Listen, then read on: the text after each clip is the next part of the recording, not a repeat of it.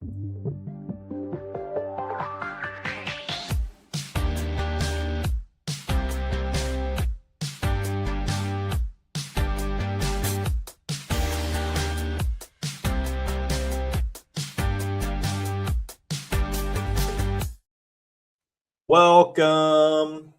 back, everybody, to Dan Excelsior. This is episode 222.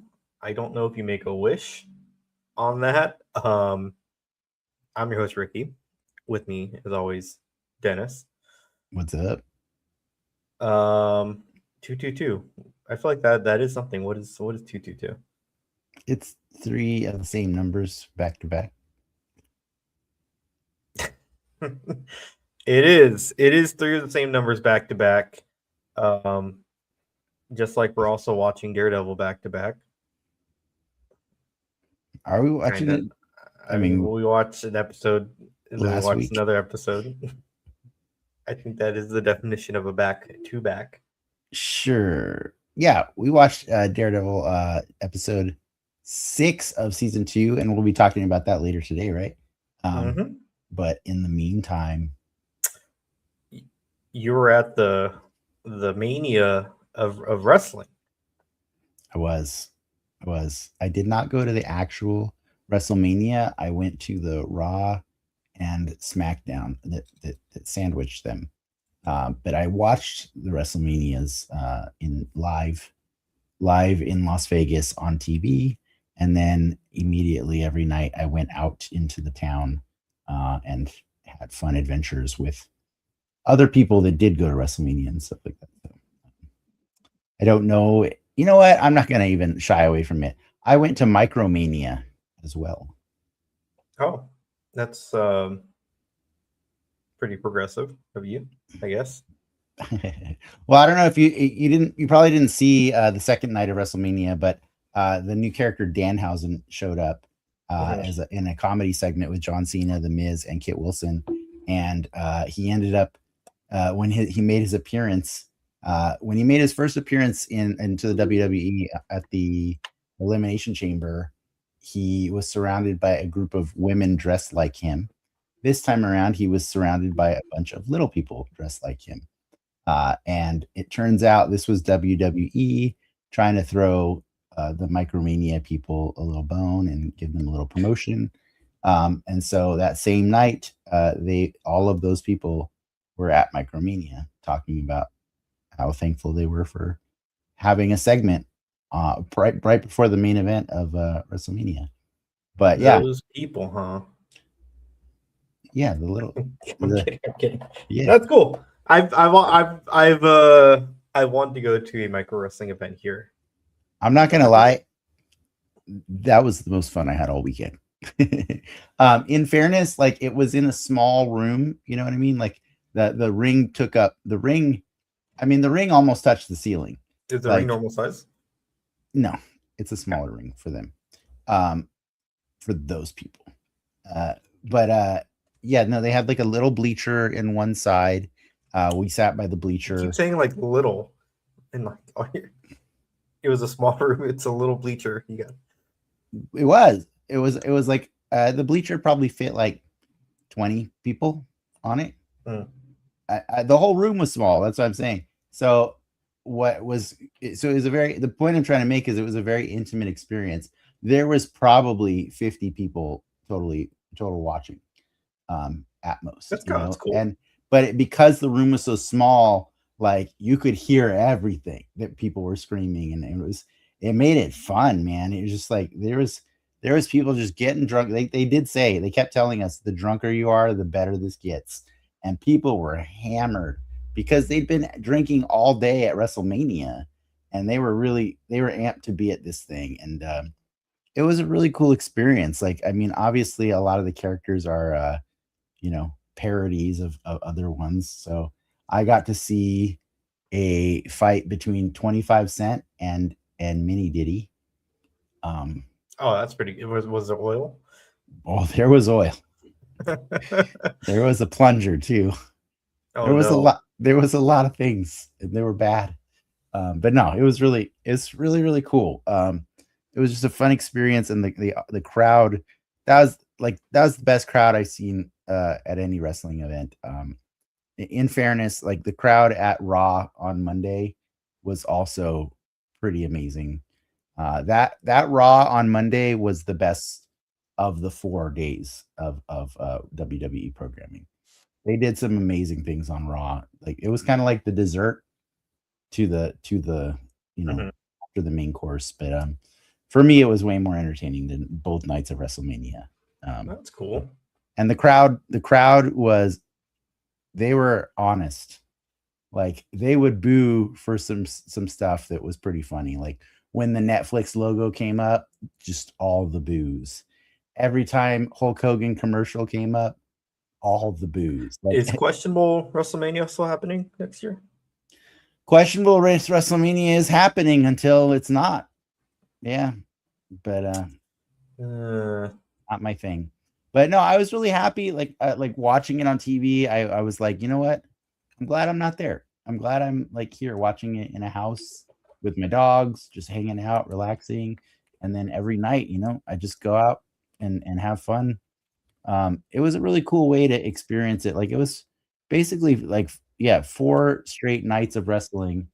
And then when we got home yesterday, we watched NXT just to finish out the whole thing for 5 nights of wrestling. But yeah, I kept asking my wife, like Lindsay, I was like, so do you still like wrestling? And she's like, I think I like it more now. And so she's pretty hooked, man. Like but I think the coolest part about it for me was the Monday Night Raw, because we've been watching WrestleMania every year for like 3 years now, but usually we stop. This is your first cycle.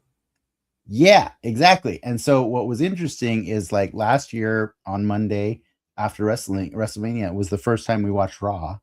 And then what I basically did is I took our Monday night TV watching tradition and I turned it into this giant event. So to celebrate the anniversary of us watching Raw, we got to go do 4 nights of craziness, and it was pretty cool, man. It was I've never done a trip like that. I won't say I'll never do one again, but that was a blast. It was a unique experience for sure.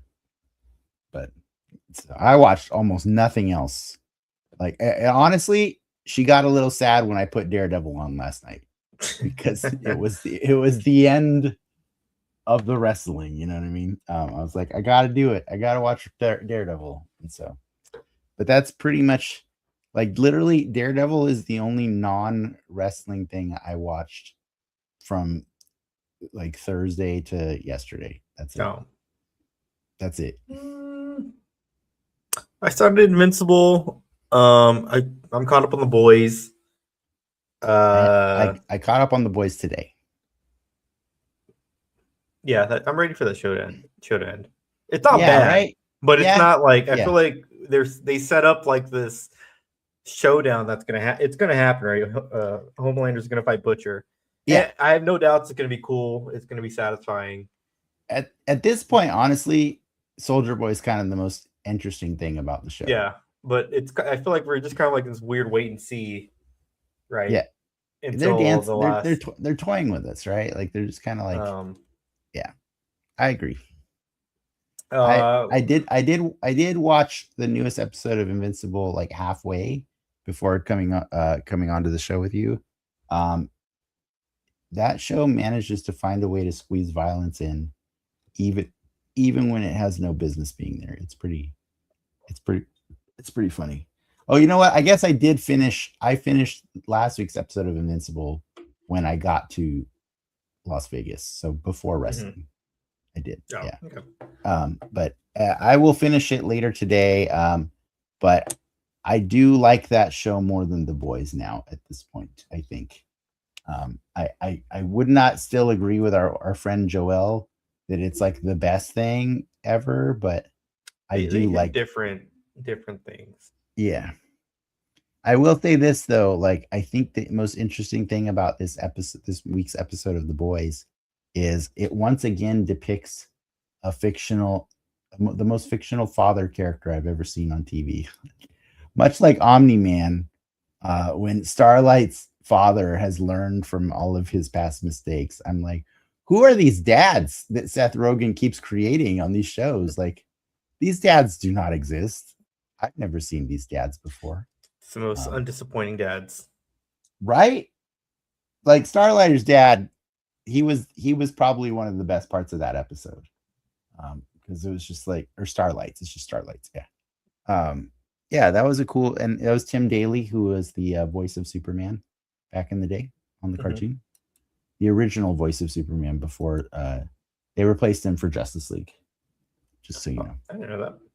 Yeah, George Newbern played him in on Justice League. I didn't really do much this weekend in terms of media watching. We finished Love on the Spectrum. We started watching. I did watch the first episode of Reggie Dinkins, and I do like that show. Oh, I don't know if I love it. I think I'm caught up, except for this week. There's some good deep cuts. I like it enough. I like it enough to keep watching it. We watched about half of the Big Mistakes show, Dan Levy's new show. Oh, I heard about that. Yeah, that one's interesting too. It goes places.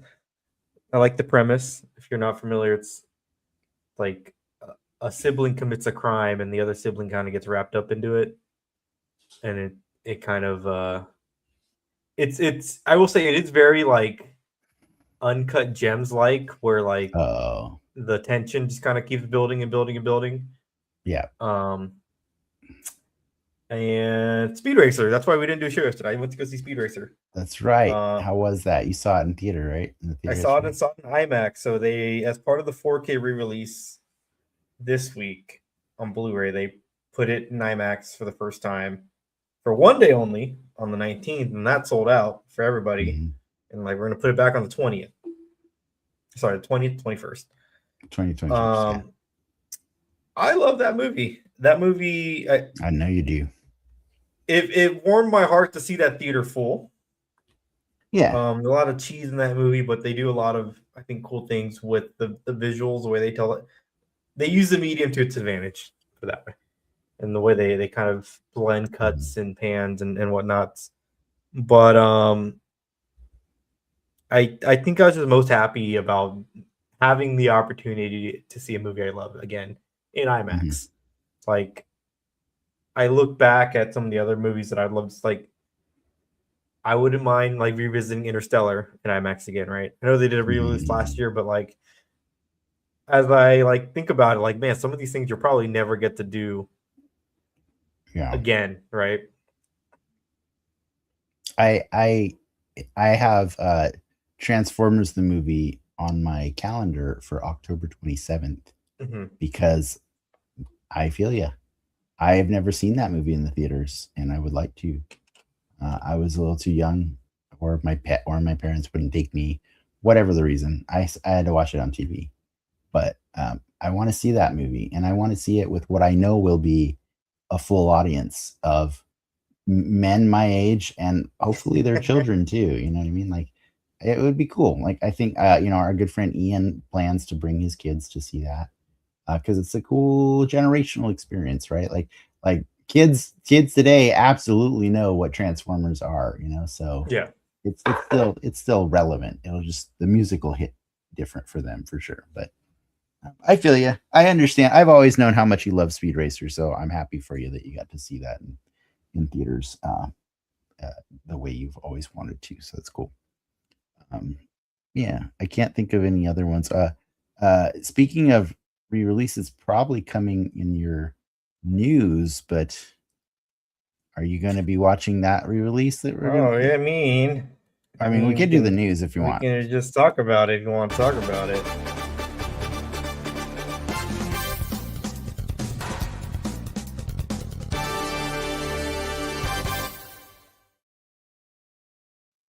All right, so we had CinemaCon this past week, also in Vegas. I think it wrapped up on the Friday. but the Disney panel came and went, and the big CinemaCon was showstopper, going until Friday. at least until Thursday. Wow, I think Vegas is the craziest city ever that it can host multiple events like that at the same time. It's so weird. CinemaCon's it's at Caesars. Still though, you know what I mean? Yeah. Like, yeah. Well, I mean, it's not a big convention relatively. I know, but you say that like it's something that other cities could easily do. You know what I mean? Like it's fair. It's pretty crazy.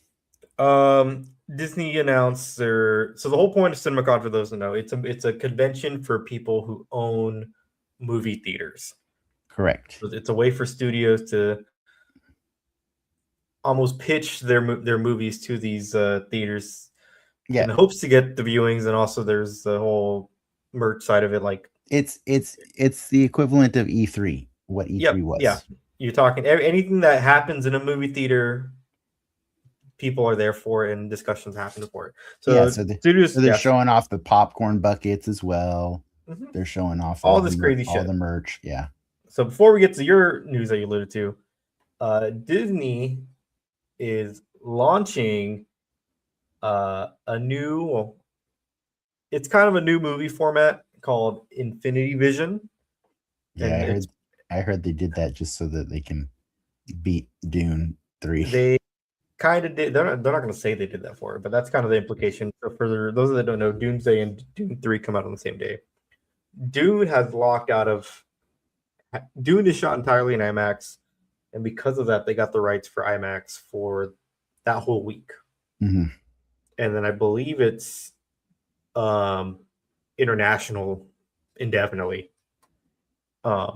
But IMAX will be all Dune 3. Disney, what are they going to do with Doomsday?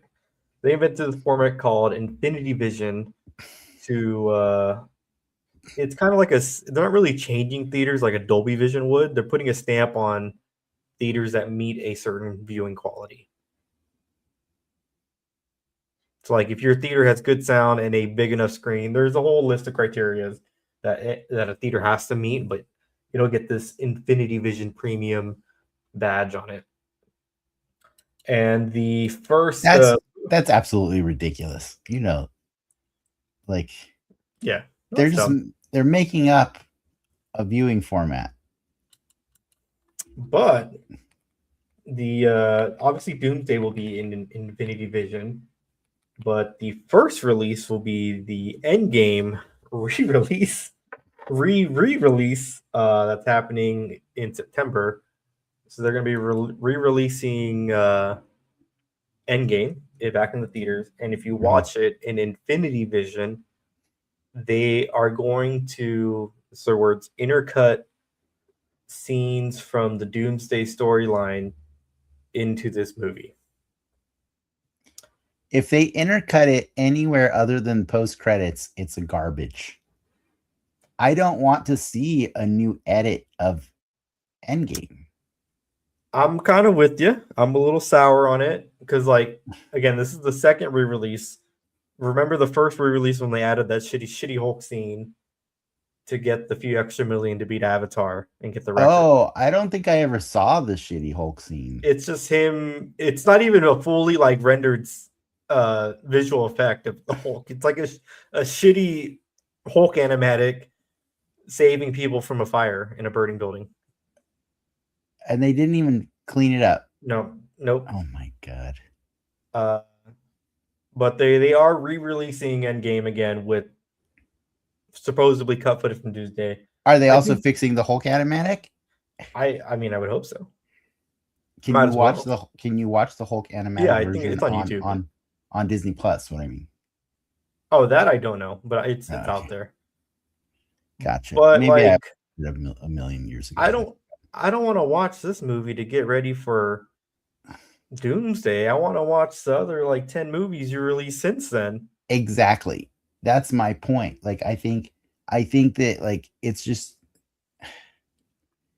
it's sad. It's sad what things are coming to right now, but late stage capitalism is killing the things we love. Like Like just to go back really quick on the wrestling thing I was talking about. Do you know there was like 130 minutes of actual wrestling Yeah, people were pissed on Saturday because they just kept playing Netflix commercials for the Hulk Hogan documentary that no one wants to watch because he's a piece of shit. And it's crazy to me how much time was devoted to commercials on this program. And it's because, like, yeah, the greed, man, the corporate greed is too much. And like, well, I mean, I feel like all sports are going. Like I remember back in the day, right, when you want to watch a boxing match, you had to pick up the phone and call a guy, pay your $80, and then yeah, you'd get the boxing match, but no ads. yeah. But over time, that spreadsheet kept going down, and the Yeah. pay to play with ads keeps going up. So Yeah, you know, last year Netflix was airing Raw live, and if you watched it live, you had to watch commercials. But if you watched it after it had aired, you would not get commercials. Last night for fun, I tried playing the episode, or no, this morning I tried playing the episode that we attended, which was a full 2 days after. I get commercials now. Like I'm getting commercials on stuff that's not even live now on Netflix. It's funny because like I do watch some UFC, and that's been so UFC switched over to Paramount, right? So no more pay-per-views. If you have a Paramount Plus subscription, you just get the live events. But it is like night and day on how bad they are. Yeah. Like it's all ads, and it's crazy. Yeah. And so like to loop it back, it's really frustrating to see Disney doing things that are just like so blatantly for the money. Like if they really, really, really wanted to get us hyped for the new movie, you know what they could do? Release the extra scenes on YouTube. I mean, I'm sure they'll live there in some capacity. Oh, I know they will illegally, but I'm saying how much nicer would it be to just give us the scenes as trailers or teasers or whatever you want to call it?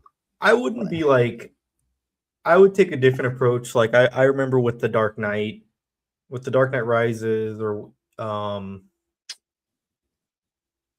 want to say there was a Marvel movie where I did this with, where you basically like you buy a free ticket and you go watch a trailer.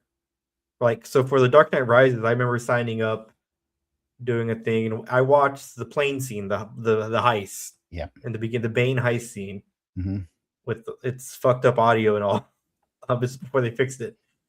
But I got to see it, right? And it got me hyped. It wasn't like the fire rises. It'll be painful for you. But like, give me the intercut of whatever I need to watch for Doomsday, right? And let me see. I'll go to a theater to watch it. Like how long was Endgame? I don't even remember. It's like 2.5 hours long. But yeah, see, I think my problem here is that like, look at how they've made us salty about Endgame. Like we're here debating whether or not it's even worth watching, and that's sad because remember how much joy that movie brought us when we were younger. I mean, let's be real. I'm gonna probably watch it. Okay, you're gonna watch it. If we're being real, I'm gonna pirate those scenes, right? Yeah. I'm not gonna pay them for that. Like I'm sorry. Like that is ridiculous. I guess I never paid them for the Hulk animatics either because they're also with the Doomsday trailer shown at CinemaCon. That got people pretty excited. They got to hear Doom's voice. You got to see Shang-Chi fighting Gambit. Chris Evans coming back with Mjolnir. Okay. What else? What other highlight? Florence Pugh fighting Rebecca Romijn. Okay. So there were very small teasers, not really publicly. So you're spoiling the trailer that people haven't gotten to watch yet. It was at CinemaCon. That doesn't mean anything. I'm hyping you up to say that that's not hyping me up. What also came out this week that Disney, or aka Marvel, will be in Hall H this year. It's gonna be one of those Comic Cons. Have fun, sir. I'll hop in line right now.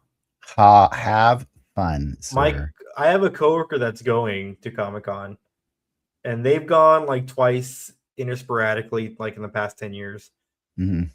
And they know I went. They know I go. Mm-hmm.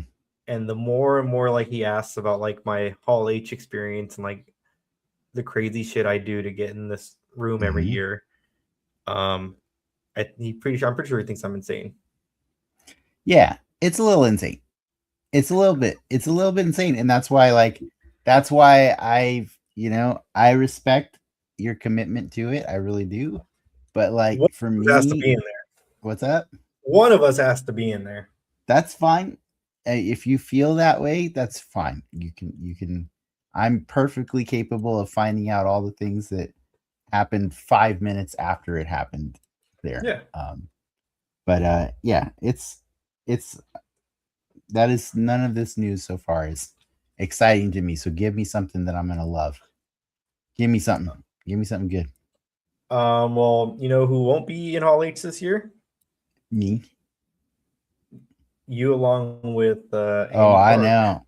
Oh, I know.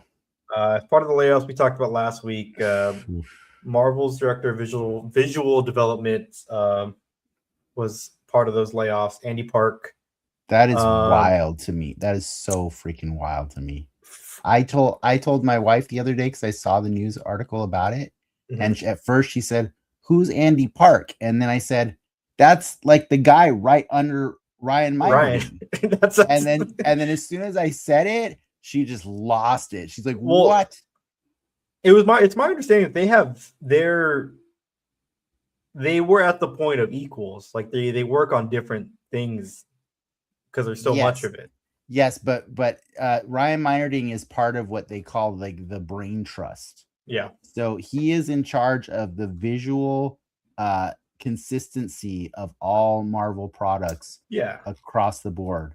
And Andy Park was part of, like, he was in charge of visual development. Any movie idea that comes out, he gets a crack at it. It was Ryan and Andy. It was Ryan and Andy. Take a crack and what it would look like in the MCU. Side note, you know the craziest thing to me about these two human beings is when you go to Comic-Con and you find their booths, they're just there. And like, oh man, his booth's gonna be sad this year. Yeah, I have like Ryan's. He made I have him here somewhere. Some WandaVision stuff I have from him. It's wild to me that they're never like a crowded line to get stuff from them, because those guys are responsible for the way everything looks for the past 18 years. It's crazy. It's crazy to me that he would just get laid off. But again, that one wasn't supposed to make me happy, right? Like you're saving the happy stuff for later. We'll round it out. This is something that you had just found out or just watched, but also released at CinemaCon and officially shown at CinemaCon, released online today, was the trailer for DC's Clayface movie. Yes, coming out this October. Looks a little spooky. Yeah, I call it a teaser, not a trailer. It teased me. It didn't get me excited. It didn't get me excited for anything, but I do like the person in charge of Mike Flanagan. I love Mike Flanagan. I love all of his movies to varying degrees, but all of his shows, and I'm very excited to see what he does with this character. But Batman better be in it, right? Yeah, Batman better be in it. I'll admit today I learned that there are multiple Clayfaces. That's true, but not in succession, but at the same time. Yeah, it depends. Depends, but yes. So I guess the character they're going for this movie, supposedly the same one as Creature Commandos. So okay, I think that's the bar, right? Give me that Clayface. Give me the sloppy, muddy, all muddy version of him. Yeah, I need some visual consistency. Hey, Andy Park might have a job. Joke, but like seriously, that would be like he worked on Guardians 3. Yeah. For sure he did. So call him up. Yeah, call him up. Get some visual consistency going. Yeah. All I'm saying is my favorite scene from Fan Four Stick is when they get their powers and it turns into some body horror stuff for at least 4 minutes. I think if you can take that idea and make it into what will be this Clayface movie, for sure, I think you got to win. He's a gross dude. I'm not ruling this movie out at all. I'm just saying the teaser didn't really do anything for me because, like, I want to know what the story is that we're telling that potentially does not involve Batman. Yeah, see, like it doesn't, to this point, doesn't involve a Batman, but it is set in the same continuity as Superman. Yes. All they have to do is like literally in that the opening credits is like 5 years before the first sighting of the Batman. Yeah, no. I still love the idea that Batman begets all the villains. So all the wacky villains happen after. I do too. No, I want that. I want a Batman in this more than anything. Yeah. But he was in Creature Commandos. So like, and it was a flashback in Creature Commandos that he was in. I'll be satisfied. That means he's been there for a while. Yeah. I'll be satisfied if there's a reason for why he's not in here. That too. Yeah. That is fine. That is absolutely. But you gotta tell me. Like, that's where the Penguin fucked up. Yes. You didn't tell me. Tell me he's in Hawaii. That's all I need to know. Exactly. All I need to know is why. Why not? What is happening? But last bit of news that I think will make you happy is we got a Marvel Legends announcement yesterday, and it's immediately up for pre-order today. Yeah. Today. Mm-hmm. The black suits Daredevil from Born Again, and brand new Jessica Jones with a camera. I put them in my wish list. All right. I think they're cool. I don't. Mm-hmm. I'm not creaming my pants over MCU stuff lately.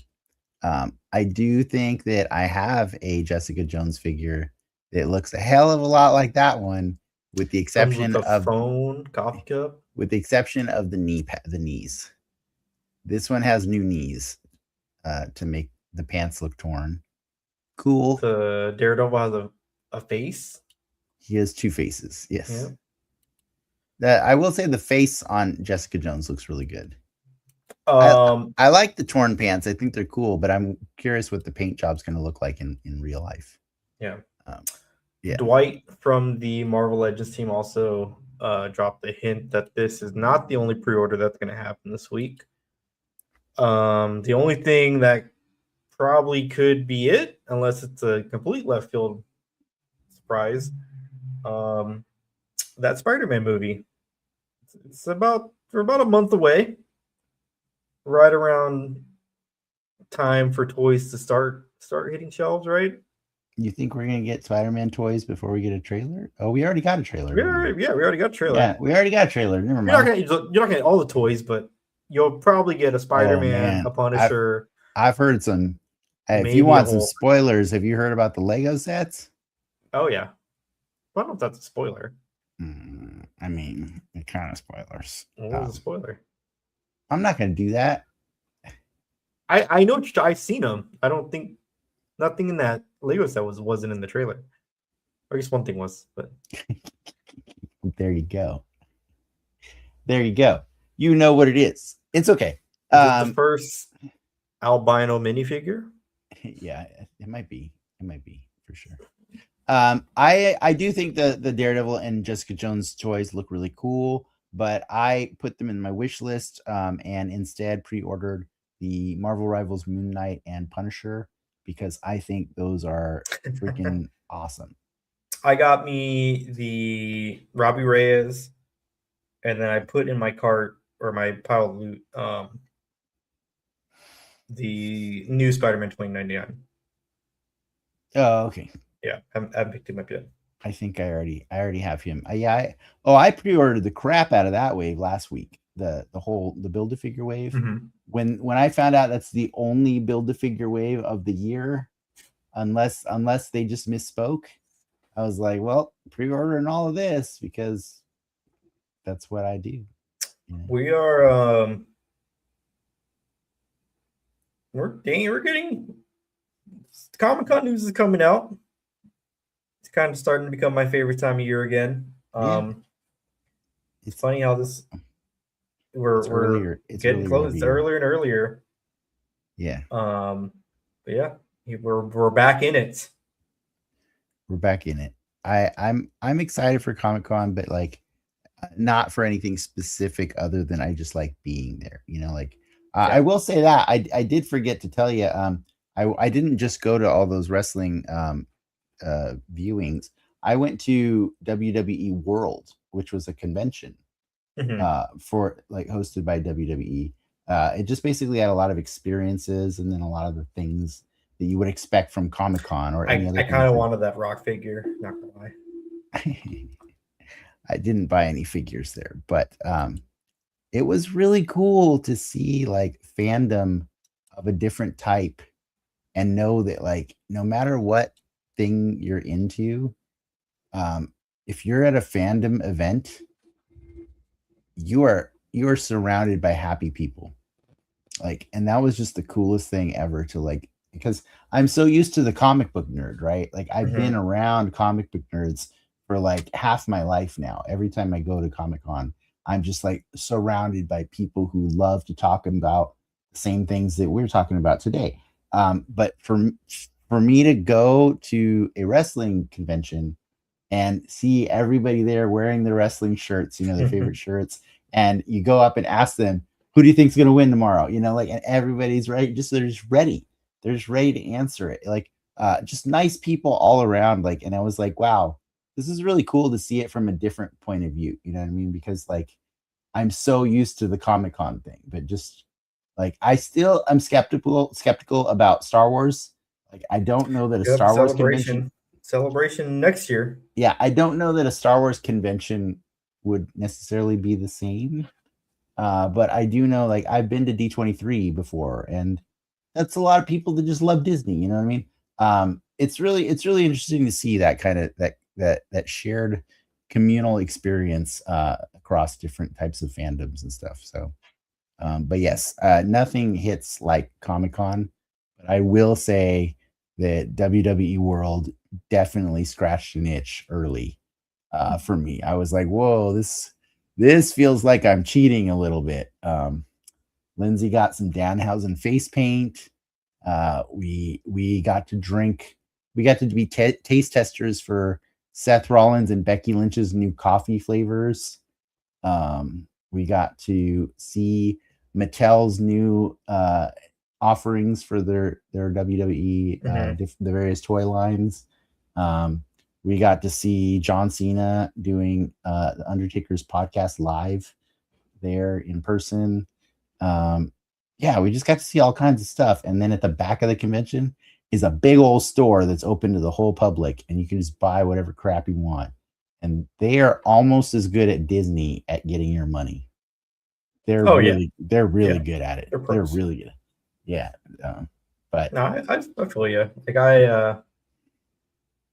I like, there's a lot of work luncheons, especially in LA for what I do specifically. And so I'm the only one in my department. So it's very isolating at times when I need to work through like problems. Yeah. So I love going to these luncheons because then I literally meet, you know, it's usually about 30 to 50 people who are all in my shoes. Yeah. And man, some of like the questions that we throw at each other, it's just like it's like all the what ifs, right? Of shit that I can never talk to like at work because people just think I'm crazy. But they totally understand like on the same, like they're on the same wavelength on like where I'm at or why I'm talking about a problem or whatever. So I get it. Like once you find your people, you really stick with them. Yeah. And sometimes you get the hive mind, and the hive mind's pretty crazy. Yeah. When you're all thinking the same thing or doing the same thing. Yeah. We should start our own agency. No. Or is that what you're saying they do? That's what the people there say. Yes. Gotcha. Yeah. Sometimes that's the cocaine, just so you know. Probably. Yeah. Talk about Daredevil. Let's do it.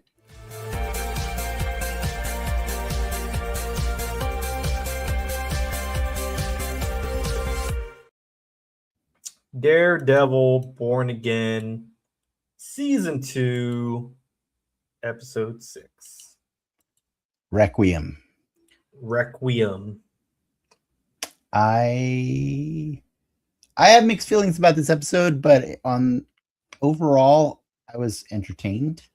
I was not necessarily surprised by a lot of things. I think that's what kind of why I didn't feel a lot more joy. This is kind of you don't really get a sense of time in this episode, but for lack of a better, it's not a day, but it feels like a day, right? It's the next day. It feels like a long period of time for sure.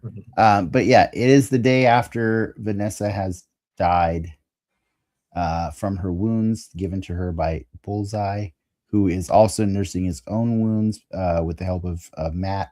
And unfortunately, he ropes Karen into this. So it cuts back and forth. When the episode started, I honestly said, like, I wouldn't mind if this was just a Vincent D'Onofrio episode the whole time. But they didn't do that. They wanted to cut back and forth between 3 stories, right? I think it was Wilson dealing with the grief.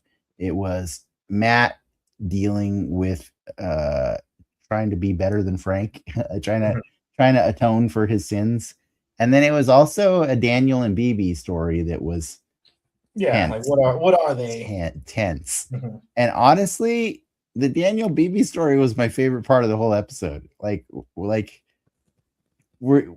was that? Was had nuance? Yeah. Like, by the way, did I not call it last week? I said that doctor was dead. Dude, he deserved to die. What the fuck did he say? He said okay, he was annoying. I'm not gonna say he wasn't annoying. What did he say? He said, I'm sorry for your loss. I'm glad to have been on this journey. Right? He said something super weird. It was a little religious. He kind of threw that in there. Look, that's not a reason to get killed, okay? Like, but that guy got I would be pissed if I heard that. Oh, let's see that. Yeah. I would kill a man, but I'd be very upset. So you're saying you can empathize with Wilson Fisk in that moment. 100%. Just knowing his character. Yeah. Well, I can tell you that last week I was like, well, that doctor's dead before I even knew what stupid stuff he was going to say. But he was super dead, and that was pretty graphic. But yeah, no, I think Wilson just kind of was spiraling the whole episode, right? He decided, screw the CIA. I'm going to give all them guns to my AVTF. So he's willing to go to war with the U.S. government, apparently. The governor has pulled out her support of him and what he's doing. And the people of the city are finally starting to resist and rebel. And he's just watching it all burn. And he's a shell of himself usually. Right. And so, meanwhile, Matt is trying to figure out how to right wrongs by helping, Dex, recover. And then he says, hey, Karen, I got to leave for a little bit. can you watch him? And at that point in the show, I was angry because I said out loud, I said, well, I'm not going to say I don't care, but Karen can now die at any point in the show because like because you think handcuffs stop Bullseye. Yeah. We could literally go back and watch like old seasons of Daredevil. Handcuffs ain't stopping Bullseye. All he needs is like a toothpick in his mouth. Like you're dead. You're dead. And I understand that like Dex is in a weird place right now, but like as far as I'm concerned, like Matt committed the sin already. It's too late. Like so whatever happens to Karen at any point on the show, whether it be this season or season 3, whatever, Matt already he signed her death certificate because he's now he's somewhere else. Like I don't know. He doesn't feel like Matt to me right now. And I understand that he wasn't supposed to feel like Matt first season, but I thought we were on an upswing. You know what I mean? Because of the whole flashbacks of Foggy kind of thing. And I get it. I get that, like, you know, you are trying something new here, but you can't just expect Karen to go along with it blindly. You know what I mean? And so the fact that he leaves to go deal with Wilson and then barely saves Bullseye's life, like, which by the way, Karen, are you really gonna put a gun point blank up to his forehead? Like, this is like the most dangerous man you've ever met. Like they were just doing foolish stuff. I did like the argument between them only because like it is very referential to stuff that's happened. Yeah, I don't mind the argument. It's the actions that but they Karen, did. Karen's dumb in that scene for She's sure. Super dumb, right? Yeah. And Matt's dumb too for just leaving her there with him. Like, did you really think she wasn't going to try and kill him? Do you not know about Wesley? Yes, of course you know about Wesley, dude. You know, like, I don't know. But I don't say that's some good acting, but she was very pissed, and I think it came through, like, how serious of, like her voice is almost, it's like gravelly. It's a different voice that she has when she's like, she's like, yeah, I'm gonna kill this man, like, as soon as you leave.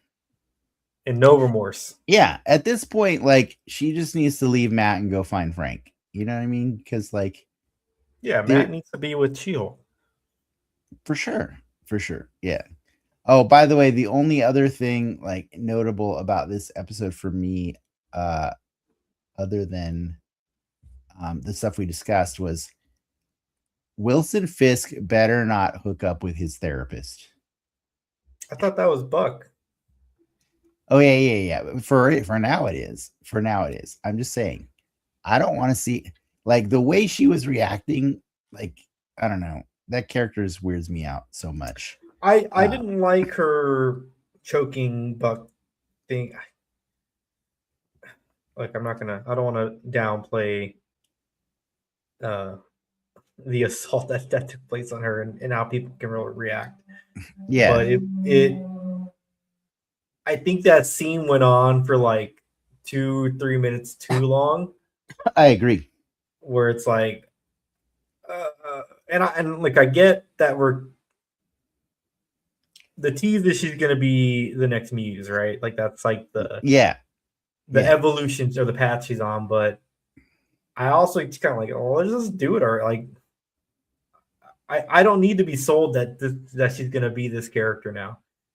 So just do it. Let her be free. Yeah. For me, the coolest part of this episode was Daniel and BB, because more Daniel than BB. Like, BB is still like, she almost did the thing, right? She almost did. But, like, you know, Buck presented an option for Daniel to finally know for sure if she's the leak, right? And so all Daniel wanted to do was just hang out with his mom on his birthday. This poor man, he just lost, like his boss's wife just got murdered. Like things are not going well for him. And it's his birthday. He doesn't even want to celebrate it. But BB convinces him to like let her be there. So when they're going to his family home, I was like saying, what would be kind of cool is if like BB sees him with his mom and she actually starts to fall in love with him a little bit, before the bad thing happens. And it's kind of how it played out, right? But he started calling her out on the stuff. It got tense. I don't know how this is going to play out, but I still think it's Daniel that's going to die in this, right? Like they're going to hurt us with one of those two dying. Yeah, they both don't make it out. They don't. It has to be Daniel. It's gonna hurt though, right? But yeah, I think he'll have a heroic death, but it's definitely Daniel. He's not. I don't know that he'll have a heroic death, but he'll have a tragic death for sure. You know what his death's gonna remind me of? The Penguin. Yeah. You know what I mean? Like that his assistant, his right hand man through the whole show. Just you were playing too close. You're it's an Icarus story, right? Like it's not gonna happen. It's not gonna work out for you, man. But yeah, I think I mean, you're dancing around though the big bit. We had a defender come back. We did. I actually really kind of hated her scene with Matt. I thought it was the most exposition-y thing I've seen on the entire show. It was like, hey, I've been up to X, Y, and Z. The person she's not married to Luke Cage. No, but I think they're implying that's my baby daddy is doing some sketchy things for the government, for the CIA. Mm-hmm. But I thought it was weird that I've totally forgotten Matthew Lillard's character. Yeah, is it like Charles or something like that? She says his name though in that on the rooftop. Yeah, that's why I was saying. Like Matt doesn't know who the fuck that is. Mr. Charles. Yeah. I know. I felt like it was exposition for us. That's why I hated it, because it's like we would let us figure this out at the same time that Matt does. You know what I mean? Like it doesn't benefit us to know ahead of Matt. Like if Matt is the protagonist of our story, you didn't have to dump all that info on us just so that we could understand. That's why I hated that scene. I love Kristen Ritter as Jessica Jones. I truly do. I loved her scene at the beginning of the episode where she was handling all those CIA guys while protecting her daughter. That I loved. It was better special effects than she's ever gotten on any episode of her own show. I just hated when she shows up and just Dr. Expositions the whole season for us. I mean, exposition aside, I did enjoy her. I mean, it is really just two scenes, right? It's two scenes. That and then the warehouse fight. One good one and one bad one. Yeah. It's like, and look, I understand why Spider-Man can't show up. I understand why, which actually kind of makes it a little weird now that the Thunderbolts are not in this in some capacity. But they at least the exposition gave us some puzzle pieces on like, okay, this all does play into the bigger thing, and that to me that's somewhat satisfying. Yes, right. And I like how they're the governor's starting to like, all right, yeah, everyone's basically Fisk has got to fucking go. Like he's. Oh yeah, and then Mr. CIA, Charles shows up. Mr. Charles is like they're all like the governor's house too. Yeah. Everyone's like, yeah, this dude's done. That's what I've been saying the whole time. There's no way this ends without Wilson Fisk in jail. But you know what I mean? It starts to make remember the Spider-Man trailer? Yes. Who gave him the key to the city? Not Wilson. It's Sheila. Is it Sheila? It is Sheila. in the trailer? Yeah.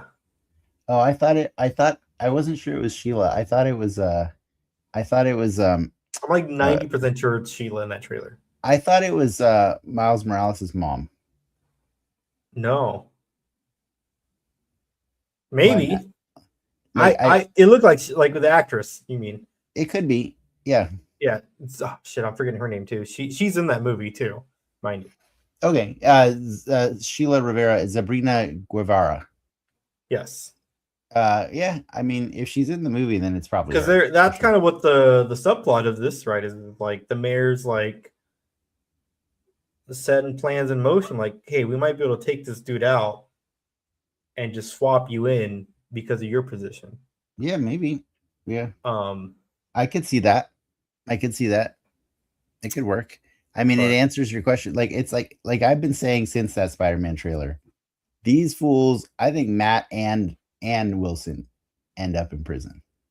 You know, but like we have been dancing around the other awesome thing that happened in this entire episode. We got another Daredevil vs. Kingpin fight. There actually have not been canonically that many fights between those. Well, they usually don't fight. They do, but it's like it builds and builds and builds up to a fight. Well, they fought in season 1, and then they fought in season 3. Yeah. And that's it, right? They didn't fight last season. And we've seen Wilson fight Kate Bishop once. While I was watching this episode, it's funny. I'm like, I totally remember like this dude has a fucking robot eye. Yeah. that can read ASL. Yeah. Well, is it a robot eye, or does he have a regular eye, but he has No, they shot his fucking eye. I know, but I thought he got a real eye back or something. I don't remember. Did they I'm pretty sure it's like the ASL. The ASL was not the eye. Yes, it was. I could have sworn the ASL because he had an eye patch in Echo. Yeah, I know he had an eye patch in Echo. He had an eye patch, and then he took it off. Yeah, with the robot eye. Okay, fair enough. And they show you that it's so like as we got 2 episodes left. Like I think my pie in the sky for like as we tie that fight was awesome. Don't get me wrong. I don't think they're gonna fight again. No, they're not gonna fight again. But that fight was cool. When you start seeing Wilson punch through brick, or stone, lean into like the fact that he's just super strong. Yeah, he's super strong. He throws Matt. He swings Matt across the whole room, and it was cool. It's a nice touching moment, or it's a cool moment when he throws Matt into the painting, and he damages the painting, and he's like he looks super sad. Like it's like, oh, that's like the one last thing I had of Vanessa. Yeah. But Pie in the Sky, like let's start connecting some of those. Like maybe Echo is back in this picture for like a hot second. I know, right? Throwing Luke Cage for like a hot second. We only have 2 episodes left. We need to start seeing some stuff happen here. Show me Wilson Fisk Robo Eye Vision. Like maybe he can do other cool shit that we're just not seeing, right? Like maybe. Like Kate Bishop, she's chilling somewhere in New York. Where's Madam Mask? Somewhere. Where was Madam Mask? Oh, was she in the? She's in the Hawkeye. Kate Bishop's mom. Yeah, you're right. Yeah, I don't know, man. I feel like there's a lot to wrap up here, and they only got 2 episodes left. So good luck to you guys. I mean, there is a season 3. Let's be. I know. I want some finality here, because we're leading into a Punisher / Spider-Man movie that could really take the things that we've been watching and expand on them in cool comic booky ways, or we could just keep getting this is Trump's America. You know what I mean? Yeah. It's like to circle back into the Comic-Con news that we shared. I'm trying to like we don't really know what's past Secret Wars. I know. Well, we do. We know that it's Doom. It's past Secret Wars. We do know that there's an X-Men coming. Yeah. They've announced that the X-Men will be in Secret Wars, right? X-Men is apparently the next thing that's like shooting. It'll shoot sometime this year. Oh. And then Ryan Coogler has said that Black Panther 3 is his next movie, but that's, that could be starting end of this year, next year. Yeah. But I'm kind of curious, like, see what they would bring. And I can't imagine some part of Hall H is going to involve, like, the X-Men. Do they bring out the Defenders? I'd be down to see the Defenders in Hall H. Yeah. Because, like, what's next for Marvel TV? We got the Punisher thing. X-Men 97. X-Men 97. That's debuting at the Tribeca Film Festival. Isn't that crazy? That is crazy. That X-Men 97 is debuting at the Tribeca Film Festival. You think they invite Bo DeMaio? No, they did not. Man, that whole can of worms is going to come back up. If that show's good, it's like a monkey's paw, right? If it's bad, then I think we all understand why. If it's good, then it's like we also understand why. Yeah. Because there's a lot of talented people that work on that shit. You know what I mean? Mm-hmm. I actually don't think it's going to be bad. I don't. He did write, from my understanding, season 2 though. Yeah, but they've kind of scrapped what he wrote, right, and kind of gone in a different direction of it. We'll find out. But sorry. So running back, we have Punisher on TV, X-Men, and Spider-Man. That's it. There's no other TV shows. I thought, aren't they doing a season 2 of Zombies? They did just announce the season 2 of Zombies. Okay. But you kind of see, like, there's what's next in terms of they did it was a point at the last Comic-Con where they had a Marvel animation panel, right? Separate from the Marvel Studios panel. That's true, because I didn't I go to the, oh wait, no. You did. Yeah, I went to the X-Men one, right? Like, no, that was 2 years ago. Or 2 years, whatever. But they make it a point to separate them. So I'm like, I'm thinking to myself, like, what is next on Disney Plus? Or I don't know, man. We'll have to find out. Like, but I do know that X-Men 97, it's gonna captivate. We need that show now more than ever. We need that show pretty bad. We need it bad. Yeah. I wouldn't say I'm getting fatigued on Daredevil, but I'm like, I think that show's spinning its wheels a little too much right now. Like, I need some forward movement, like in some big ways that get me excited, because like you ended season 1 with him getting ready to build an army, and I still don't see an army. You know what I mean? Mm-hmm. I see Karen putting projections of testimonies up on City Hall while people are. I'll take a White Tiger at this point.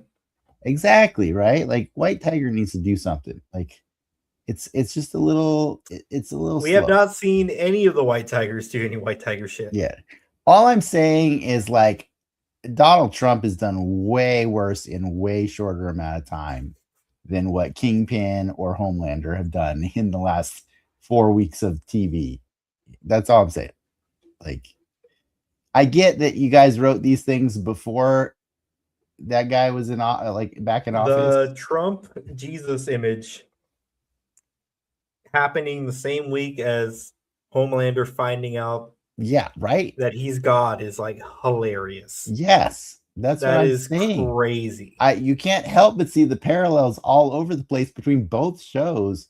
And it's just like, yeah, guys, but this dude's moving on a way faster speed than you guys can. I agree. Can even write these stories. Yeah, it feels like we're building up to on Daredevil, and look now, Karen. Like, it ends with Karen getting captured. So we'll see. Maybe is that motive enough for Matt to go crazy? Is that motive enough for Matt to say, "Hey, I need more super friends"? Mm-hmm. I don't know, but the ball's in their court on how crazy they want to take it. Yeah, it's like now they got to deliver. I do dig that evil cop though. That guy's pretty funny. Yeah, he's like he's like super evil. He's like really, really good at it. Yeah. But yeah, I also am really. I think Matt Lillard's character is the other one that just kind of intrigues me. But like, I want to see something come of it. You know what I mean? I wouldn't mind him being like a Val-esque budget Val. But in the TV world. Yeah, because like remember how cool it was for Val to show up in Falcon and Winter Soldier? All the things, yeah. All the things she shows up in. Like, yes. But yeah, go back and forth between the TV and the movies. Yeah. Yeah. Yeah. Or you just do that with freaking Daredevil. He is one of the few that have been in TV and in movies. Yeah, but I want to see Daredevil. TV and movie. I want to see Daredevil in movie. I don't want to see Matt, even though I am wearing the shirt. I'm wearing the I'm a really good lawyer shirt. That's cool. He has to be in Spider-Man. That's what I'm saying. Like that's the reason I at this point now that I am keeping up with Daredevil every week, because I think the story is going a little too slow for what I need it to be. I do think the story of Buck and Daniel is fascinating. That's kind of my favorite part of it right now. But I hate every time the freaking therapist, I can't even remember, Heather. Every time Heather's on screen, I'm just like, get this girl off screen. I just can't. I can't. I was gonna say, I don't know if I would wear a miniskirt dress to my boss's funerals, or my boss's wife's funeral. I know, right? It's just it's tasty. Like you look good, but it's not. That's a wild outfit to wear. It's a wild outfit. Yeah, she stood out like a sore thumb. It was just weird. Yeah. All right, I'm done bitching. I do like the episode. I really did have fun, but there was moments that just broke me out of it, especially the exposition scene. Kristen Ritter deserved better than that scene, and so she'll be back next year. Hopefully, she gets more. Hopefully, we see her more next week too. You know what I mean? Like, you gotta wait a year. Really? Damn. I don't know, but I'm like, if that's all she did for this season, boo to that. All right. Yeah. All right. Cool. I'm looking forward. I'm still trying to be optimistic. Vincent D'Onofrio is the king. Obviously, he's just the best actor on the show. So as long as we keep focusing on him, I'm at least moderately to very entertained. Yeah. All right. Well, thanks for tuning in. Check us out next week as we talk about episode 7. And until then, and the boys and Invincible. And the boys and Invincible.